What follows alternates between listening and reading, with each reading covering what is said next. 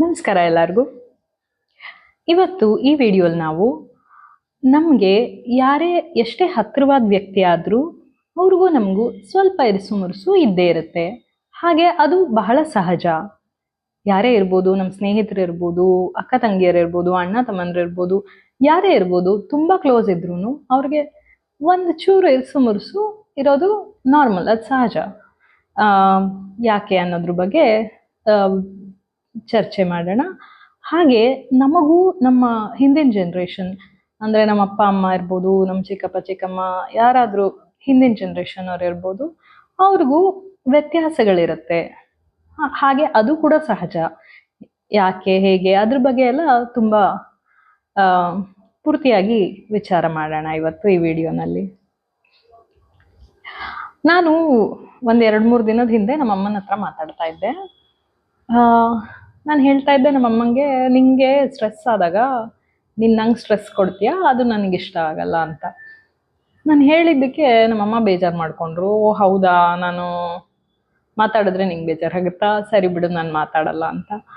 ಆದರೆ ನಾನು ಹೇಳಿದ ಉದ್ದೇಶ ಅದಲ್ಲ. ನಾನು ಏನು ಹೇಳಿದ್ನೋ ಅದು ಕೂಡ ನೀನು ಮಾತಾಡಬೇಡ ನನ್ನ ಜೊತೆ ಅಂತ ಅಲ್ಲ. ಅಂದರೆ ನೋಡಿ, ಯಾರೇ ಇರ್ಬೋದು, ಈಗ ಒಬ್ರು ನಿಮ್ಮ ಕ್ಲೋಸ್ ಫ್ರೆಂಡ್ ಇದ್ದಾರೆ ಅನ್ಕೊಳ್ಳಿ, ಇಲ್ಲದೇ ಇದ್ರೆ ಯಾರೋ ತುಂಬ ಕ್ಲೋಸ್ ಅಕ್ಕ ತಂಗಿನೋ ಅಣ್ಣ ತಮ್ಮನೋ ಯಾರೋ ಇದ್ದಾರೆ ಅನ್ಕೊಳ್ಳಿ.